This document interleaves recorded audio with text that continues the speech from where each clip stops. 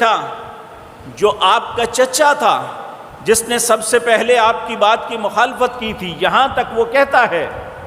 کہ اے محمد آپ کی زبان سے کبھی جھوٹ نہیں نکلا، اگر آپ کہیں گے تو ہم یقین کر لیں گے دیکھے بغیر کہ اس کے پیچھے ایک فوج کھڑی ہے، ابھی حملہ کر دے گی۔ تو آپ نے فرمایا اگر میری بات پہ اتنا یقین ہے تو پھر میں تمہیں کہتا ہوں قولوا لا الہ الا اللہ تملک العرب والعجم، کہہ دو اللہ کے علاوہ کوئی الہ نہیں، عرب و عجم کے مالک بن جاؤ گے۔